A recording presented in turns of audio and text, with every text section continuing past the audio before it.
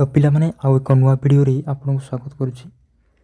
तो आपन जे वैकेंसी को पर्यंत वेट करथिले तो तार नोटिफिकेशन फुल नोटिफिकेशन आसी जाइछि। तो ओडिशा पुलिस रो आपन को जो एसआई रो वैकेंसी आसीतिला तो तार फुल नोटिफिकेशन आसी जाइछि।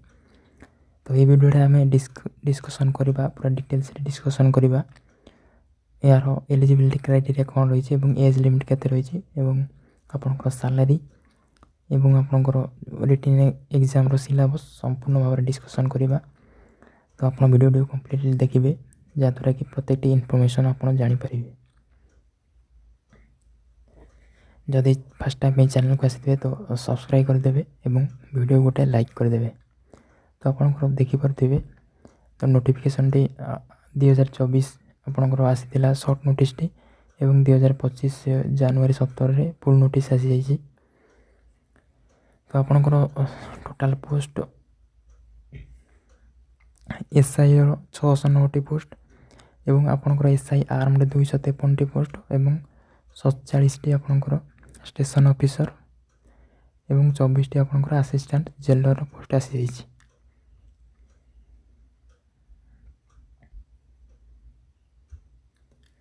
तो यार अप्लाई डेट आपनकर रहिछि 20 जनवरी पाखरु आपण याको आवेदन करि परिबे एवं लास्ट डेट रही 10 फेब्रुआरी 2025। 10 फेब्रुआरी मध्य आप आवेदन करें एवं यह ऑनलाइन माध्यम आप आवेदन करें। तो एबे जानिबा आपनकर कैटेगरी वाइज वैकेंसी केते रही। तो आपनकर एसआई रो आपनकर रही टोटाल मेल मानक पई टोटाल 408 गोटी एवं वुमेन मानक पई 201 गोटी पदवी रही। तो आपन कैटेगरी वाइज देखि पारथिबे केउ मानक पई केउ केते पदवी रही। तो सही परी एसआई आर्म्ड आपनकर 253 गोटी रही एसआई आर्म्ड पई एवं स्टेशन ऑफिसर पई आपनकर 47 टी एवं असिस्टेंट जेलर पई टोटाल 24 टी वैकेंसी रही। तो आपनकर जो रहउछि सब इंस्पेक्टर एसआई आपनकर पुलिस एवं एसआई आर्म्ड तो एगुड़ा मेल माने आवेदन करि परिबे किंतु एसआई आर्म्ड हमरो मेल आवेदन करि परिबे किंतु फीमेल आवेदन करि परिबे नाही। एटा केवल मेन मानक पई एवं स्टेशन ऑफिसर मध्य केवल मेन मानक पई रहिछि। मेन माने याको आवेदन करि परिबे। ठीक अछि। तो एही पोस्ट को आपनकर पर्सन विथ डिसेबिलिटी बा पीडब्ल्यूडी पिला माने याको आवेदन करि परिबे नाही। या पई एलिजिबल हेबे नाही एवं वुमेन एवं ट्रांसजेंडर माने मध्य याको आवेदन करि परिबे। ठीक अछि। तो आपनकर ट्रांसजेंडर माने एसआई पुलिस जो आर्म्ड एवं स्टेशन ऑफिसर आवेदन करि परिबे नाही। केवल एसआई एवं असिस्टेंट जेलर याको आवेदन करि परिबे। तो आ गोटे इम्पोर्टाट नोटिस आपन रही। तो जोटा कि आपनकर जो ओबीसी पिला और एससी बीसी आपन पकई देउथिले एवं ओबीसी सर्टिफिकेट दे देउथिले। तो एथिरे आपनकर ओबीसी सर्टिफिकेट जदि देउछंती एससी बीसी रे पकई फॉर्म तो आपनकर रिजेक्ट कर दिया जिवो। या गुटे ध्यान रखिबे एवं आपनकर जो स्केल सैलरी रहिबो आपन देखि परदिबे 35,400 रहिबा आपनकर सैलरी। तो नेक्स्ट जदि हम एज लिमिट कथा देखिबा तो आपनकर मिनिमम एज रही 21 वर्ष एवं मैक्सिमम रही 25 वर्ष। तो 21 रु 25 मध्य आपनकर बयस होइतला या आवेदन करि परिबे एवं एससी एसटी मानक पई मध्य रिलैक्सेशन रही 5 वर्ष रो। तो आपण 21 रु 30 वर्ष मध्य रहितले याको आवेदन करि परिबे। तो यार डेट आपनकर नउछि 1 जनवरी 2024 को 1 जनवरी 2024 सुधा जदि आपन को मिनिमम 21 होछि 21 वर्ष एवं मैक्सिमम 25 बा मैक्सिमम आपनकर 30 वर्ष होछि तो आपन याको आवेदन करि परिबे। तापर जदि आपण देखिबा यार एजुकेशनल क्वालिफिकेशन कथा तो आपनकर समस्त पोस्ट पई यार क्वालिफिकेशन रही आपनकर बैचलर डिग्री। जदि आपण बैचलर डिग्री पास करिसेंती तो याको आवेदन करि परिबे एवं जदि आपण पास करिनांती फाइनल ईयर अछंती याको आवेदन करि परिबे नाही।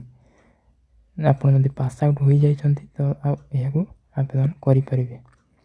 ठीक अछि। तो तापर आम जदि यार एग्जाम डेट कथा देखा तो आपंकर यार एग्जाम टोटाली आपंकर ऑफलाइन हम जोटा कि OMR सीट हम आपड़ चार्टा ऑप्शन थी आप गोल बुलेबे। तो यार एडमिट कार्ड आपंकर आसीज odishapolice.gov.in वेबसाइट रे एडमिट कार्ड आसो आप डाउनलोड करें। तो नेक्स्ट आपंकर जदि आम देखा सिलेबस कथा तो आपंकर एग्जाम आपंकर हम रिटिन हम एवं तापर फिजिकल हम। ठीक अच्छे। तो रिटिन आपंकर रोचे 2टा पेपर, पेपर 1 एवं पेपर 2 रोचे 2टा पेपर। पेपर 1 आपंकर रोचे ओडिया एवं इंग्लिश 2टा लैंग्वेज रोचे पेपर 1 रे जोटा कि 100टा क्वेश्चन आपंकर 100 मार्क एवं टाइम मिल आपको 90 मिनिट। तो सहीपरि आपंकर पेपर 2 रे रोचे जनरल स्टडी। तो ये आपको रही 200 मार्क 200 क्वेश्चन एवं टाइम आपको मिल 180 मिनिट। तो जदि आप अप्लाई कर स्टेशन ऑफिसर पाई तो आपंप आउ गोटे पेपर रोटा कि टेक्निकल पेपर। तो आपंकर 200 मार्क 180 मिनिट। ठीक अच्छे। तो आपड़ जब 100 तक पोस्ट अप्लाई कर टोटाल 500 मार्क परीक्षा देवाई पड़ो एवं जदि आप स्टेशन ऑफिसर अप्लाई करूना तो आप 300 मार्क टोटाल परीक्षा देवे। तो ये जो जनरल स्टडी आपंकर रोचे आपंकर जीके सहित मैथमेटिक्स रीजनिंग एवं आपंकर कंप्यूटर मध्य रहिबो क्वेश्चन। ठीक अच्छे। तो आपड़ जदि गोटे ठीक कर गोटे मार्क मिल एवं जदि गोटे भूल कर आपंकर 0.25 मार्क आपंकर कटिज। ठीक अच्छे। नेगेटिव मार्किंग रही तो आप से अनुसार यार आंसर करेंगे। तो आपंकर 4टा ऑप्शन रही OMR रे से या गोल बुलेबे। तो आपंकर रिटिन रे जदि आप क्वालिफाई कर तो आपंकर टोटाल पोस्ट रो 7 टाइम्स आपंकर 7 टाइम्स पिला को फिजिकल डक। तो फिजिकल जदि आप क्वालिफाई कर तो आपन को चाकरी मिल जाव। तो आपंकर 7 टाइम्स पिला को से फिजिकल डाक। ठीक अच्छे। तो तापर जदि आम सिलेबस कथा देखा तो आपंकर जनरल इंग्लिश रही एवं ओडिया लैंग्वेज तो 2टा को 50 मार्क लेखा 2टा को 100 मार्क रही आपंकर पेपर 1 जो थे कि इंग्लिश आपंकर कम्प्रिहेंशन आसो पैसेज एवं वोकाबुलरी एवं बेसिक ग्रामर गुड़ाक आसो। तो सहीपरि ओडिया आपंकर कम्प्रिहेंशन पैसेज वोकाबुलरी एवं ट्रांसलेशन आसो ओडिया रे। इंग्लिश रे आपंकर ओडिया कन्वर्सन आसो ट्रांसलेशन। तो तापर पेपर 2 रे आपंकर 200 मार्क जनरल स्टडी। तो जनरल स्टडी अंडर रे आपंकर आसछि general science history polity geography current affair. तो आपंकर सब कवर हो जाउछि जनरल स्टडी रे। ठीक अच्छे। एवं ता सहित आपंकर मैथमेटिक्स एवं रीजनिंग एवं कंप्यूटर मध्य आसी जाउछि जनरल स्टडी पेपर रे। तो तापर जदि आम स्टेशन ऑफिसर पे आप आवेदन कर तो आपंकर टेक्निकल पेपर रहिबो 200 मार्क जो थे कि फिजिक्स केमिस्ट्री आसो। फिजिक्स केमिस्ट्री आसो आपंकर +3 स्टैंडर्ड स्टेशन ऑफिसर पोस्ट पर जदि आप आवेदन कर।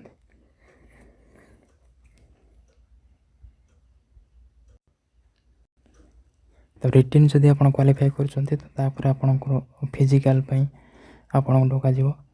तो फिजिकल आपंकर एलिजिबिलिटी रही जनरल एवं SCBC मेन मान हाइट रही 168 सेंटीमीटर एवं वेट रही 55 kg एवं चेस्ट रही 79 सेंटीमीटर 84 सेंटीमीटर।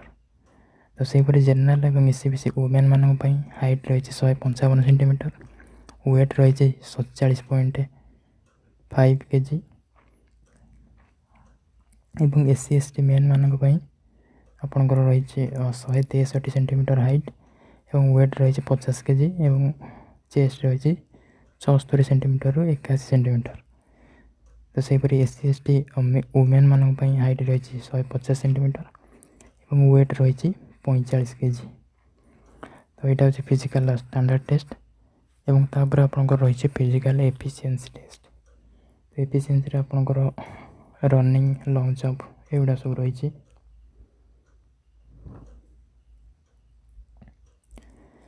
ତ ଫିଜିକାଲ୍ ଏଫିସିଏନ୍ସିରେ ଟେଷ୍ଟରେ ଆପଣଙ୍କର ରହିଛି SI ପୋଲିସ ପାଇଁ ମେନ୍ ମାନଙ୍କ ପାଇଁ ରହିଛି 1600 ମିଟର ରନିଂ 8 ମିନିଟ୍ରେ ଏବଂ ୱିମେନ୍ ମାନଙ୍କ ପାଇଁ ରହିଛି 1600 ମିଟର ରନିଂ 10 ମିନିଟ୍ରେ। ତ ସେହିପରି ଲଙ୍ଗ୍ ଜମ୍ପ ରହିଛି SI ପୋଲିସ ପାଇଁ ଆପଣଙ୍କର 12 ଫୁଟ ମେନ୍ ମାନଙ୍କ ପାଇଁ ଏବଂ ୱିମେନ୍ ମାନଙ୍କ ପାଇଁ 9 ଫୁଟର ଲଙ୍ଗ୍ ଜମ୍ପ ରହିଛି। 3ଟା ଆଟେମ୍ପ୍ଟରେ ଆପଣ ଏହାକୁ କ୍ଲିୟର କରିବେ। ତ SI ଆର୍ମଡ ପାଇଁ ମଧ୍ୟ ରହିଛି ଆପଣଙ୍କର 8 ମିନିଟ୍ 1600 ମିଟର ରନିଂ ରହିଛି 8 ମିନିଟ୍ ଏବଂ ଆପଣଙ୍କର ଲଙ୍ଗ୍ ଜମ୍ପ ରହିଛି ସେଇ 12 ଫୁଟର ଲଙ୍ଗ୍ ଜମ୍ପ ରହିଛି ଯେଉଁଟା 3ଟା ଆଟେମ୍ପ୍ଟରେ ଆପଣ ଏହାକୁ କ୍ଲିୟର କରିବେ। ଏବଂ ଆଉ ଗୋଟେ ରହିଛି 5 କିଲୋମିଟର ରନିଂ ରହିଛି ଯେଉଁଟା 40 ମିନିଟ୍ରେ ଆପଣ ରନିଂ କ୍ଲିୟର କରିବେ। ଏଇଟା ରହିଛି SI ପୋଲିସ ଆର୍ମଡ ପାଇଁ। ତ ନେକ୍ସଟ ଆପଣଙ୍କର ଆସିଷ୍ଟାଣ୍ଟ ଜେଲର ପାଇଁ ରହିଛି 1600 ମିଟର ରନିଂ 8 ମିନିଟ୍ରେ ଏବଂ ୱିମେନ୍ ମାନଙ୍କ ପାଇଁ ରହିଛି 10 ମିନିଟ୍ରେ 1600 ମିଟର ରନିଂ ଏବଂ ସେହିପରି ଲଙ୍ଗ୍ ଜମ୍ପ ରହିଛି 12 ଫୁଟର ଲଙ୍ଗ୍ ଜମ୍ପ ଆପଣଙ୍କର 3ଟା ଆଟେମ୍ପ୍ଟରେ କ୍ଲିୟର କରିବେ ଏବଂ ୱିମେନ୍ ମାନଙ୍କ ପାଇଁ 9 ଫୁଟର ଲଙ୍ଗ୍ ଜମ୍ପ ରହିଛି। ତ ତାପରେ ଷ୍ଟେସନ୍ ଅଫିସର କଥା ଆମେ ଯଦି ଦେଖିବା ତ ଏଥିରେ ମଧ୍ୟ ରନିଂ 1600 ମିଟର ରହିଛି 8 ମିନିଟ୍ ଏବଂ ଲଙ୍ଗ୍ ଜମ୍ପ ରହିଛି ସେଇ 12 ଫୁଟର ଲଙ୍ଗ୍ ଜମ୍ପ ରହିଛି ଏବଂ 40 ମିନିଟ୍ ମଧ୍ୟରେ ଆପଣଙ୍କର ରହିଛି 5 କିଲୋମିଟର ରନିଂ ଏବଂ ତାପରେ ରହିଛି ଆପଣଙ୍କର ଯେଉଁ ସିଢ଼ି ଚଢ଼ିବା ପାଇଁ ମଧ୍ୟ ରହିଛି ଆପଣ ଷ୍ଟେସନ୍ ଅଫିସରରେ ଏବଂ ସୁଇମିଂ ମଧ୍ୟ ରହିଛି। ସୁଇମିଂ ମଧ୍ୟ ରହିଛି ଆପଣଙ୍କର 100 ମିଟର 10 ମିନିଟ୍ରେ ଆପଣ ସୁଇମ୍ କରିବେ ଏବଂ ସିଢ଼ି ଚଢ଼ା ରହିଛି 8 ମିଟର ସିଢ଼ି ଚଢ଼ା ରହିଛି। 3ଟା ଚାନ୍ସରେ ଆପଣ ଏହାକୁ କ୍ଲିୟର କରିବେ ତେବେ ଯାଇ ଆପଣ ଫିଜିକାଲ୍ କ୍ଲିୟର କରିପାରିବେ। ତ ଯଦି ଆପଣଙ୍କର NC ସାର୍ଟିଫିକେଟ୍ ରହିଛି ତ ଆପଣଙ୍କ ପାଇଁ ବେନିଫିଟ୍ ରହିଛି। ଯଦି NC ସାର୍ଟିଫିକେଟ୍ ଆପଣଙ୍କର B ସାର୍ଟିଫିକେଟ୍ ଅଛି ତ ଆପଣଙ୍କୁ 1 ମାର୍କ ବୋନସ୍ ମାର୍କ ମିଳିବ ଏବଂ ଯଦି C ସାର୍ଟିଫିକେଟ୍ ରହିଛି ଆପଣଙ୍କୁ 2 ମାର୍କ ମିଳିବ ଏକ୍ସଟ୍ରା। ତ ତାପରେ ଫିଜିକାଲ୍ ପରେ ଆପଣଙ୍କର ସାର୍ଟିଫିକେଟ୍ ଭେରିଫିକେସନ୍ ହେବ ତାପରେ ଆପଣଙ୍କର ଚାକିରି ମିଳିଯିବ। ତ ତାପରେ ଆପଣଙ୍କ ପାଇଁ କିଛି ଇମ୍ପୋର୍ଟାଣ୍ଟ ଇନଫର୍ମେସନ୍ ରହିଛି ଯେଉଁଟାକି ଆପଣ 10 ଫେବୃଆରୀ 2025 ରହିଛି ଏହାର ଲାଷ୍ଟ ଡେଟ୍। ତ ତା ପୂର୍ବରୁ ଆପଣ ଏହାକୁ ଆବେଦନ କରିଦେବେ। ତ ନଚେତ୍ ଆପଣଙ୍କର ୱେବସାଇଟ୍ ମଧ୍ୟ ସ୍ଲୋ ହୋଇପାରେ ତ ଆପଣ ଶୀଘ୍ର ଏହାକୁ ଆବେଦନ କରିପାରିବେ ଏବଂ ଆପଣଙ୍କର କେବଳ ଗୋଟିଏ ମାତ୍ର ଆପ୍ଲିକେସନ୍ ଆପଣ ଆପ୍ଲାଏ କରିପାରିବେ। ଗୋଟିଏ ଫର୍ମ ଆପଣ ଆପ୍ଲାଏ କରିପାରିବେ। ଯଦି 2ଟା ଫର୍ମ ଆପଣ ଆପ୍ଲାଏ କରୁଛନ୍ତି ଏବଂ ଆପଣଙ୍କର ପ୍ରମାଣିତ ହୋଇଯାଉଛି ଯେ ଆପଣ 2ଟା ଆପ୍ଲାଏ କରିଛନ୍ତି ତ ଆପଣଙ୍କୁ ରିଜେକ୍ଟ କରିଦିଆଯିବ ଏବଂ ଆପଣଙ୍କର ଯେତେବେଳେ ଆପ୍ଲାଏ କରୁଥିବେ ସତର୍କତାର ସହିତ ଆପ୍ଲାଏ କରିବେ କାରଣ ଆମର ଓଡ଼ିଶା ପୋଲିସ ଆଉ ଆପଣଙ୍କୁ କରେକ୍ସନ୍ କରିବା ପାଇଁ ସମୟ ଦେବ ନାହିଁ। ଯେଉଁଟା ଆପଣ ଆପ୍ଲାଏ କରିବେ ସେଇଟା ଆପଣଙ୍କର ଫାଇନାଲ୍ ଆପ୍ଲାଏ ଭାବରେ ରହିବ। ଆପଣ ତାକୁ ଆଉ କରେକ୍ସନ୍ କରିପାରିବେ ନାହିଁ। ତ ସେହି ଅନୁସାରେ ଆପଣ ଏହାକୁ ଆବେଦନ କରିବେ। ଠିକ୍ ଅଛି। ତ ଏହା ଥିଲା ଡିଟେଲ୍ ଇନଫର୍ମେସନ୍ ଓଡ଼ିଶା ପୋଲିସ SIର ଆପଣଙ୍କର ନୋଟିଫିକେସନ୍। ତ ଯଦି ଭିଡ଼ିଓଟି ଭଲ ଲାଗିଛି ନିଶ୍ଚୟ ଭାବରେ ଲାଇକ୍ କରିବେ ଏବଂ ଚ୍ୟାନେଲକୁ ନୂଆ ଥିଲେ ଏବେ ସବସ୍କ୍ରାଇବ୍ କରିଦେବେ। ଠିକ୍ ଅଛି, ଧନ୍ୟବାଦ।